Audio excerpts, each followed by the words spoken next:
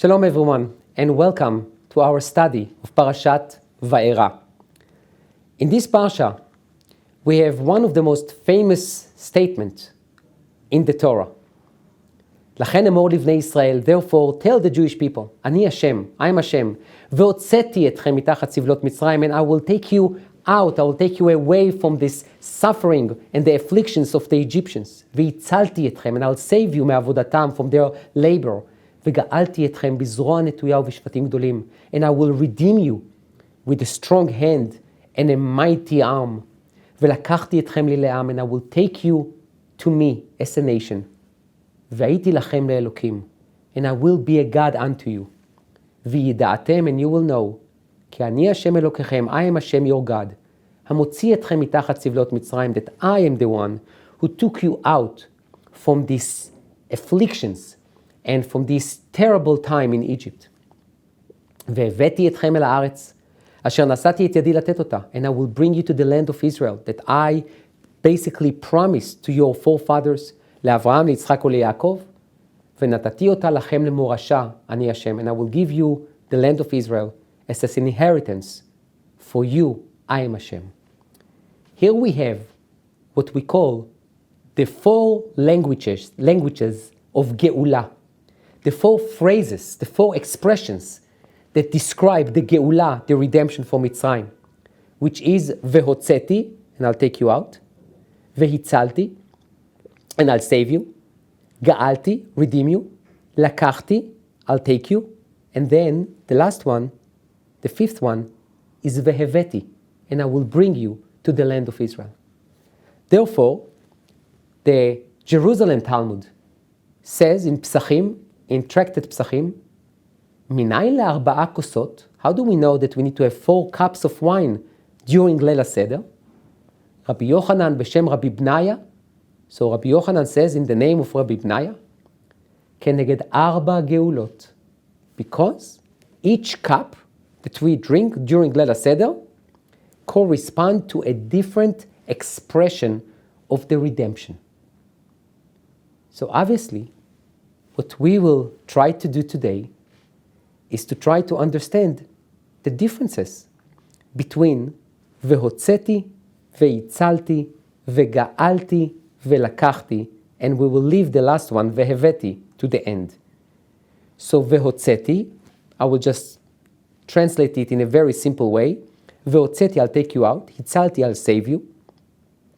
Vega'alti, I will redeem you. Velakachti, and I will take you.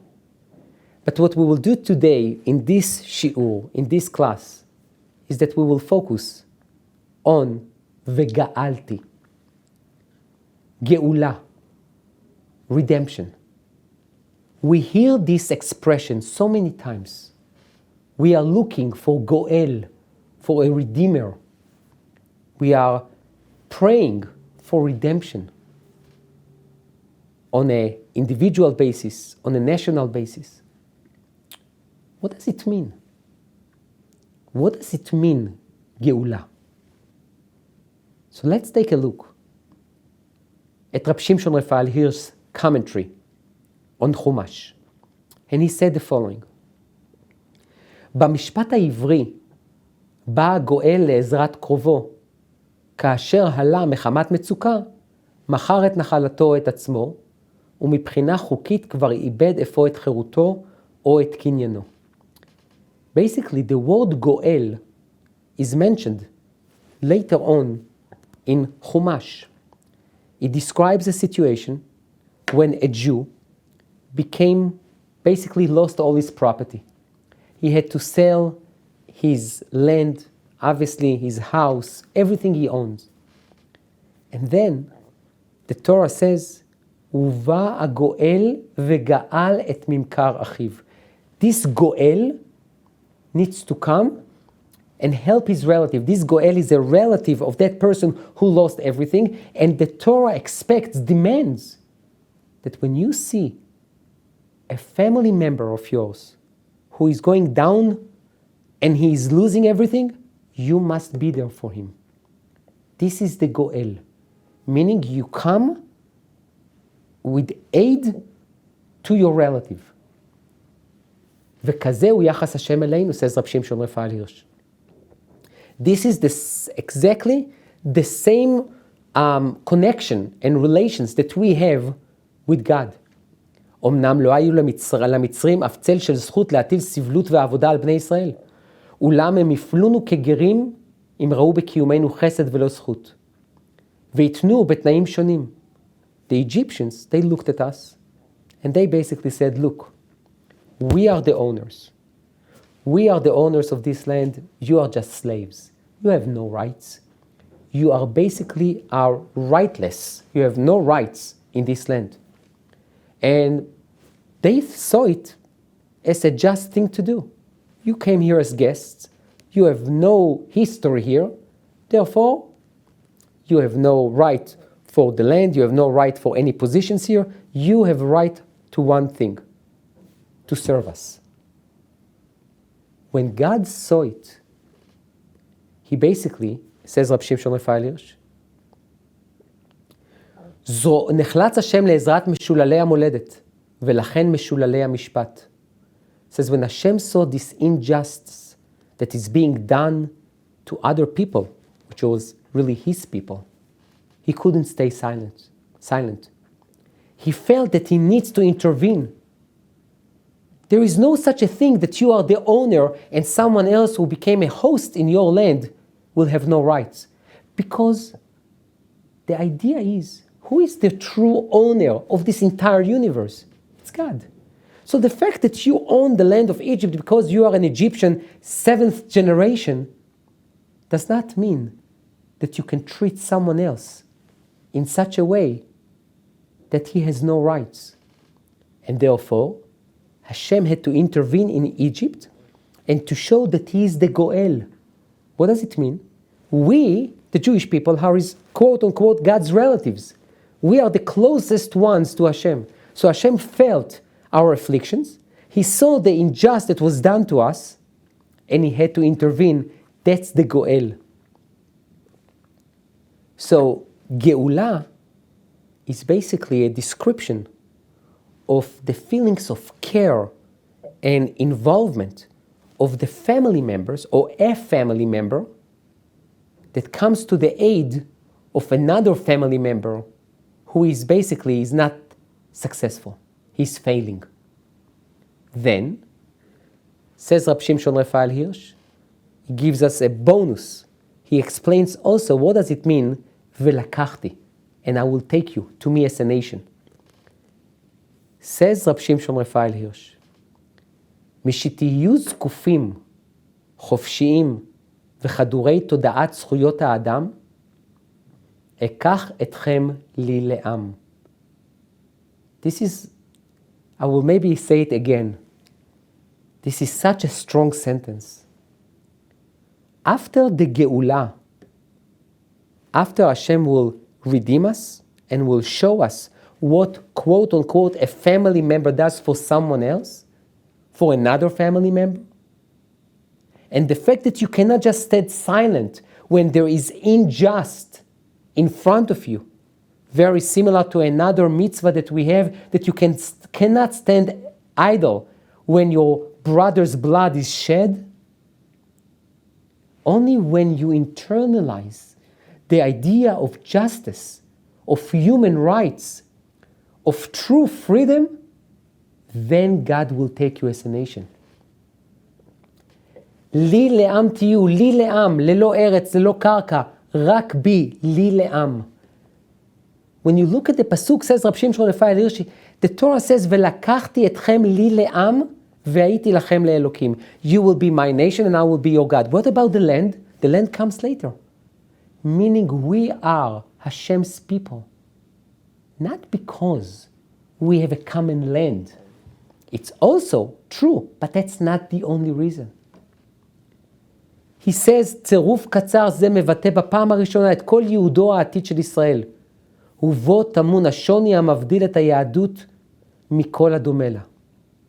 He says, here lies the distinction and the uniqueness between Judaism and any other religion. Which is what? Is the idea that our destiny and our future obviously has the component of the land. But even without the land, we are God's nation. He says, many people name Judaism as Dat Yehudit. And what does it mean, dat? Law. Some kind of a judicial concept or judicial system. But Rab Shimshon Raphael Hirsch really resents such an expression or such a definition for Judaism. He says that's not true. He says, when you look at Judaism, there is obviously a judicial system. There is a framework. However, what we have in the center of our religion is not just the judicial system, the laws, the regulations. It's God. With what everything God's manifests, whatever God's represents. He says, המושג יהדות רחב ושונה ולאין ארוך. בדתות אין לו לאלוקים כי אם היכלות, כנסיות, כיתות, כהונה, קהילות וכדומה. ואילו העמים מול מלכים ושלטונות יעמודו. וביסוד קיומם המושג של המדינה ולא של הדת והאל. He says, in other religions, God has places gathering for prayers. He has places of study. But when it comes to the Medina, to the state, you have kings, you have princes, you have queens. The main part of their lives is the state, not God. When it comes to Judaism, we are not only about a shul, a synagogue, a study hall. לקחתי אתכם לי לעם, זה פירושו. חייכם החברתיים יהיו מודרכים על ידי חוכמתי. בחייכם החברתיים יתגלן רוחי. What I want you to do, to take Yahadut and not to limit it to a shul, to a study hall, to a yeshiva, to a seminar. Bring it to your life. Live a life as God expects you. Which means not only the judicial system, not only what you can and what you cannot, but also, and it's the same, be moral, be ethical, know human rights, know what does it mean to be just, to be kind, to be caring, to be a goel. To see someone who is about to fall, don't wait for him or her to fall. Pick them up before it's too late. Be there for others. Show kindness. Don't be selfish. Basically, what Rab Shimshon Raphael Hirsch, he looks at these 4 languages of redemption and he says this is basically the destiny of the Jewish people. And he brings here, I'm not going to read all of it, but he brings here that in Jeremiah chastises the Jewish people. He rebukes them and he says to them, you look at the temple, that's the first temple, and you say, Echal Hashem Hema. Yeah, we are very religious. We go to the Beit HaMikdash every day. But look at your life. Look at your lives. Look at the way you treat others. Look at the slaves that you don't set free. Look at the poor widow and orphan that you don't take care of them. So you tell me that you believe in the temple and in God? The idea of the 4 languages of redemption was not just to set the Jews free. It's not just to leave Egypt and not to be slaves anymore. It's to give us and to everyone else the true sense and the true definition of Geula, of redemption.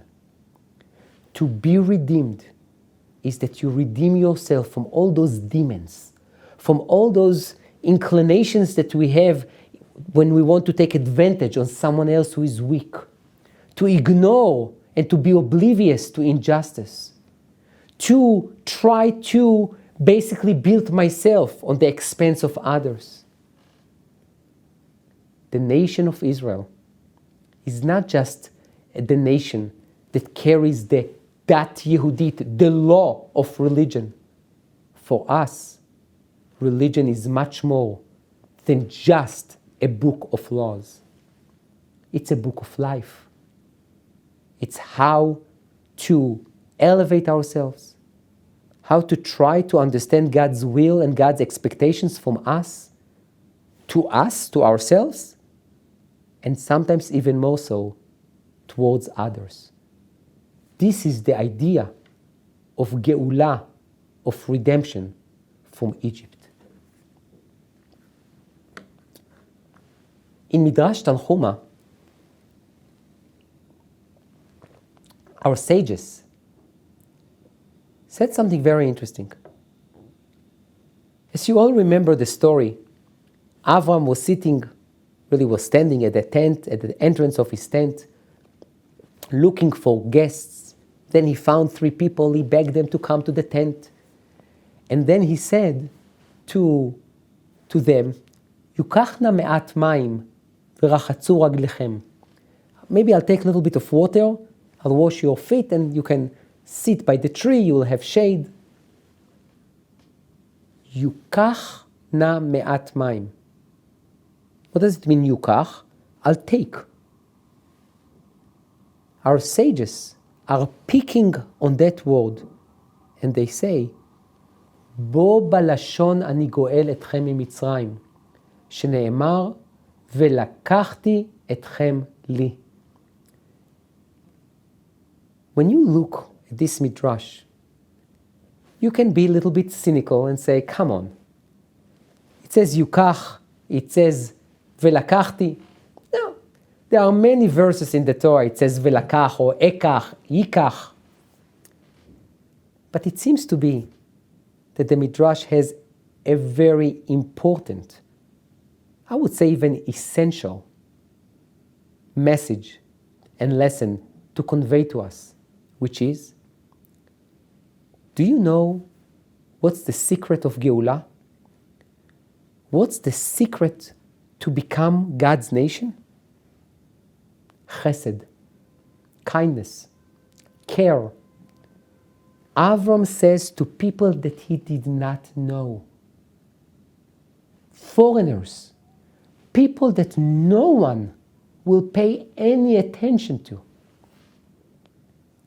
And he begs them, please come, I would like to host you. You look thirsty. Maybe you want to drink something. Maybe you want to wash your feet. Maybe you want to rest a bit. Because of that kindness, and when was that kindness done? It was on his 3rd day for his circumcision. That's what the Torah tells us in Sefer Bereshit, in the book of Genesis. Avram had his circumcision, had his Brit Milah. 3 days later, he's looking to do kindness. So I'm sure he was not in the best health. So kindness for strangers, trying to bring good and kindness and light and hope to people who are in the desert. Due to that action, says Hashem, I'm going to use the same word, the same expression. Velakachti etchem li le'am. And I will take you as a nation to me. Because of what? Because of chesed. Because of kindness.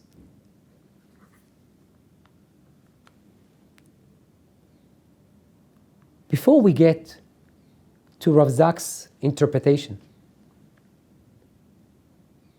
the Amek Davar, the Natziv, says the following: Li le'am shetiyu manhigim malchuti. To be redeemed and then to be taken as God's nation, it's not only a badge of honor, it is, but it's much more than that. It's responsibilities. Shetihiyu, that you shall be manhigim, my leaders. You will be manhigim alchuti. You will lead my kingdom. Meaning God says, when the minute I'm taking you as my nation, you are going to lead the kingdom. I'm like the CEO or the proud father that see my children taking over, and I'm telling you, shkoyach, good job, do it. Through your actions, my kingdom, my attributes will be manifested, will be revealed, will be exposed. והייתי לכם לאלוקים, מנהיג טבע הליכות חיי עולם שלכם בהשגחה פרטית. I, in turn, or in exchange, I will provide for you a special, unique providence, what we call השגחה פרטית. So we see, if I pause here for a second, we see that Rabbi Shimshon Raphael Hirsch talks about that the first thing that start moving the idea of Geula is first care. You see someone is about to fall, pick him up. After that, you have the idea of what does it mean to have our religion. It's not only a code of laws, a book of instructions, regulations, mitzvot. It's much more than that. It's how you live your life as an ethical person, compassionate person. And then, later on, we see responsibility. If you are God's nation, you need to know, through your actions, God's attributes are being basically revealed to the entire world. Geula is not just to be free and then I can do whatever I want. To be truly free is to be free of your inclinations, is to be free of this feeling that if I'm stronger, I can take advantage on you. No, the idea is to be totally free and to represent God. Rav Zaks, in his interpretation, said the following. Redemption here is portrayed as the act of the father to a child. I will take. This is a verb of a different kind altogether and was used in later biblical law to signify the act of marriage. Here, it refers to the act of taking as a covenant partner. This is an early anticipation of the covenant ceremony at Mount Sinai. So God is about to act in 4 quite distinct ways.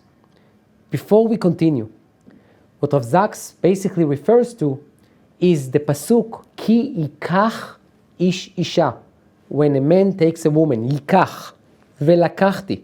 So he, unlike the Midrash, who says that the reason for the Geula was Avram taking a little bit of water to give to those guests, Rav Zaks suggested that perhaps velakachti etchem li le'am, that I will take you as a nation, is as a result of God's desire to create a marriage ceremony with us. So God is about to act in 4 quite distinct ways. The first is physical. He will take the people out from under their burdens. The second is political. He will end their status as slaves. Third, he will act like a father, redeeming his child. Fourth, he will act like a husband, a lover. His beloved people. Note the movement from physical to spiritual. God is not just about to liberate slaves. He is also about to take his own, a powerless, stateless people, and turn it into the nation through whom he manifests his presence in the world. It is easy in the contest that is about to take place between the willfulness of Pharaoh and the will of God to miss the fact that ultimately this is a love story about people for no one else cared, that was lifted to greatness because of God's love for the first members of the covenantal family. I think this idea that Rav Zaks tried to present here is something that we need to take a few minutes to digest. If I will ask everyone, what do you think about Exodus? Oh, many people will say, oh, God showed his power. This is really a conflict between Pharaoh, who thought about himself as a god, versus God himself. It may be about God proving a point. Maybe it's about cruelty. Maybe it's about ungratefulness. Maybe it's about the idea of freedom. But not too many people will say, wait, it's a love story. It's a love story between a husband who looks for a wife. He looks for his wife.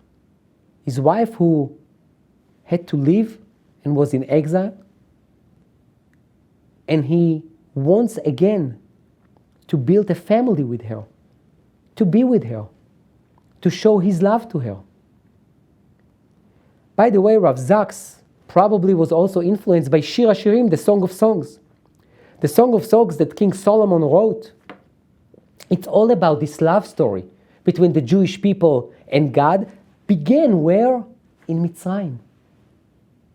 So to look at Exodus and to look at all these 4 languages of Geulah as something that leads you to this spiritual love story between the Jewish people and God. Just the idea.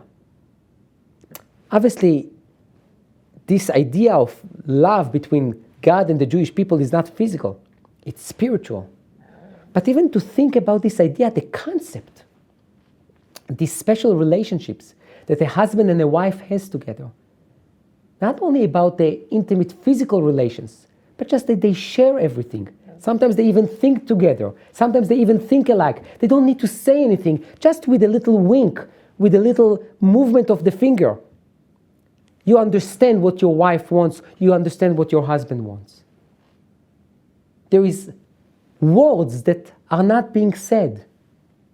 And they understand exactly what each one of them wants. This is the story of Exodus, according to Rav Zaks. But the Jewish people are not ready. וידבר משה כן אל בני ישראל. Moshe spoke to the Jewish people, to Bnei Israel, to the children of Israel. And he asked them, he told them, look, God is going to take you out physically, politically, physically, spiritually, everything. ולא שמעו אל משה. But they did not listen to Moshe. מקוצר רוח ומעבודה קשה. So now, we need to understand. What does it mean? מקוצר רוח, from a shortness of breath, ומעבודה קשה, and from their hard work. So, you can say that, look, they were so busy working, so they couldn't hear. But this is a little bit of a problem, because if you work hard and someone comes to you and say to you, God is going to save you. In 6 months from now, you are out. You will not be happy? You will not be thrilled? How can we explain it that the Jewish people didn't listen? The Meshech Chochmah suggested the following. פירוש, עניין הבאה לארץ ישראל, מקוצר רוח ומעבודה קשה.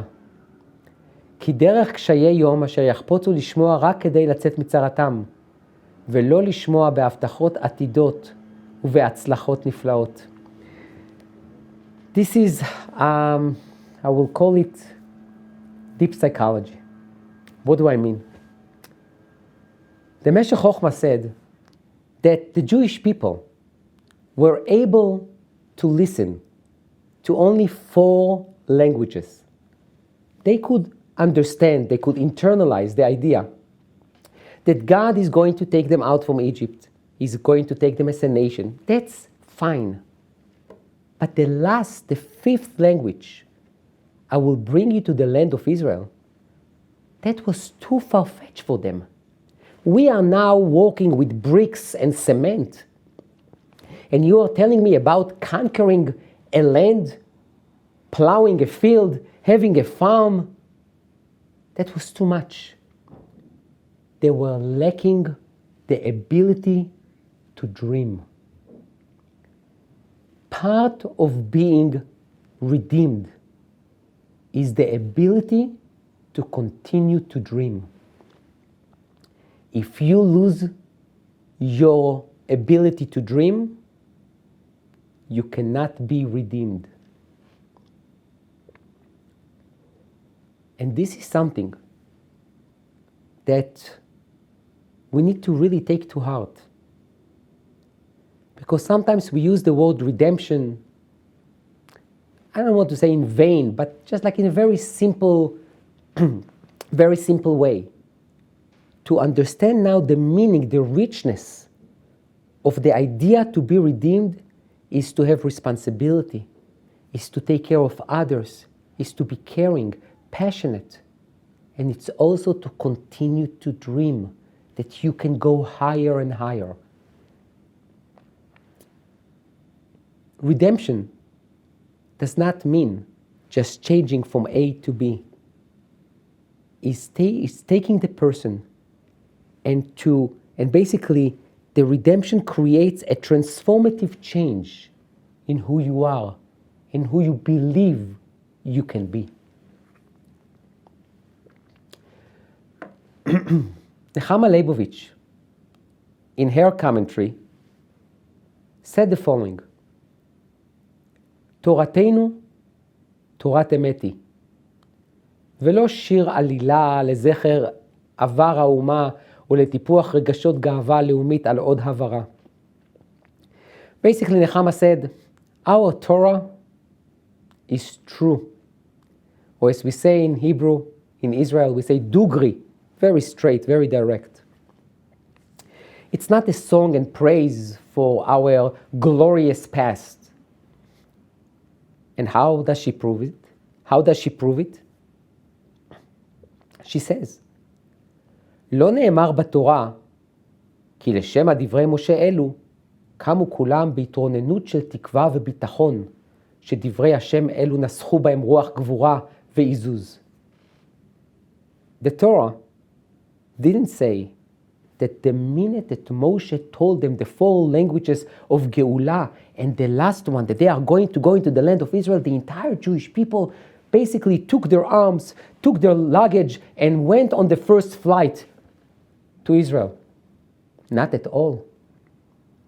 What was the reaction of the Jewish people? לא שמעו אל משה מקוצר רוח ומעבודה קשה. They didn't listen to Moshe. No faith, no trust, doubts, hesitations, no argument, just לא שמעו. Nothing. כלום. Just nothing there. You have a prophet who comes and talks on behalf of God, telling you about your bright future, about your destiny, about your potential. And the Jewish people don't listen. They don't listen because they don't want to think. They don't want to think about what they can be. They became slaves. They worried about the day-to-day basic needs. And by the way, there is no judgment here. There is no criticism here. It's just fact. It's a fact that when you are so immersed in these little small details and you don't lift your eyes and you don't see the horizon and you don't believe in yourself as someone who can dream, who can have a land and can have a nation, לא שמעו. You will not listen. And you will find all the excuses. קוצר רוח, I'm short of breath, עבודה קשה, it's too much of hard work. It doesn't work like that. If you want to be redeemed, it needs to start with you. You need to open your ears. You need to listen. When you start listening, when someone tells you, you are much more than just a little slave building pyramids. When someone tells you, you are a part of a chain of Avraham Avinu, Yitzchak, Yaakov. You are the next chapter in Jewish history. You start believing in it. And you start believing in yourself. And then, when you have it, you can dream. And you can make your dreams come true. This is the essence of what Nechama Leibovich says, and the Torah is so true in its description. It's really incredible. The Torah could hide the fact that the Jewish people didn't listen, but the Torah did not. The Torah wanted to tell you, if you want to talk about Geulah, you want to talk about redemption, start with you.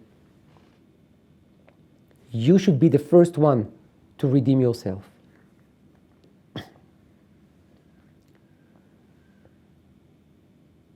Interesting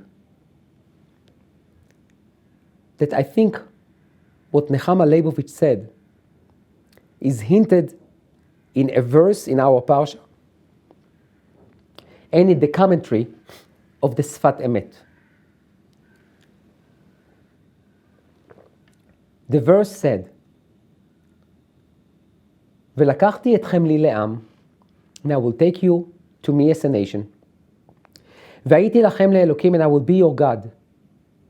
וידעתם כי אני השם אלוקיכם, המוציא אתכם מתחת סבלות מצרים. And you will know that I am Hashem your God, who took you out from underneath סבלות מצרים. This word, סבלות, סמך, בית, למד, וו, תף, סבלות, means what? So, again, when we see a word in Hebrew that maybe has different connotations, we need to try to understand the root first. So the root is samech bet lamed, which can be sabal, someone who carries things on his shoulders, sevel, suffering, and also strength. In order to be sabal, you need to have a lot of strength. Sevel is basically the opposite of sabal. It causes you to be weak. The Sfat Emet said something that we all need, I think, to internalize in our lives. He says the following: שמעתי מאדוני אבי ז"ל, he heard it from his own father, פירש סבלות שלא יכלו לסבול על כל פנים טומאת מצרים, ומזה באה הגאולה אחר כך. Meaning, they, the Jewish people, couldn't stand. סבלות, from the word I can't stand it. לא יכול לסבול. I can't stand it anymore. To be in Egypt. ומזה באה הגאולה. And from that, the גאולה came along. ונראה שמזה הוציא משה רבינו שאמר, אין בני ישראל לא שמעו אליי, כי אחר כך כתב וגאלתי, אם כן קודם ששמעו ולא נמאס אצלם כראוי, ולא יצאו מתחת סבלות, ממילא איך ישמע פרעה שזה אחר כך. Basically, the Sfat Emet says that's what Moshe said to Hashem. I spoke to the Jewish people, and they didn't listen to me. Why? Because they didn't reach the point yet of being in Egypt and not being able to stand even one more day in Egypt. They want out. If they did not reach that level, obviously Paro will not let them go. Which means what? Moshe said to Hashem, look, the Jewish people are still comfortable here in Egypt. They didn't reach that level that they want out, so it's not going to work. But Hashem told him, you will see. I will show you. The Jewish people will reach that level. And they did. Vata'al va'iz'aku, they cried out, Vata'al shav'atam el Hashem. And their cry their cry came out to Hashem. The Sfat Emet says, it starts with you. You need to reach the point of Sivlot Mitzrayim. You need to reach the point that you can't stand your situation anymore. It's not only about breaking free. It's about, I would like to be a different person. I can't do it here. I need to be in the land of Israel. Or if you are in the land of Israel, I can't stand the situation that I'm helping only 5 people. I can help 10 people. Or I cannot stand the fact that I basically just passing by life, passing through. I need to be an active player in life. I need to influence people. I need to help people. Geula means open your ears and open your eyes. Take responsibility. Because when you do it, you will also build a nation that thinks like that.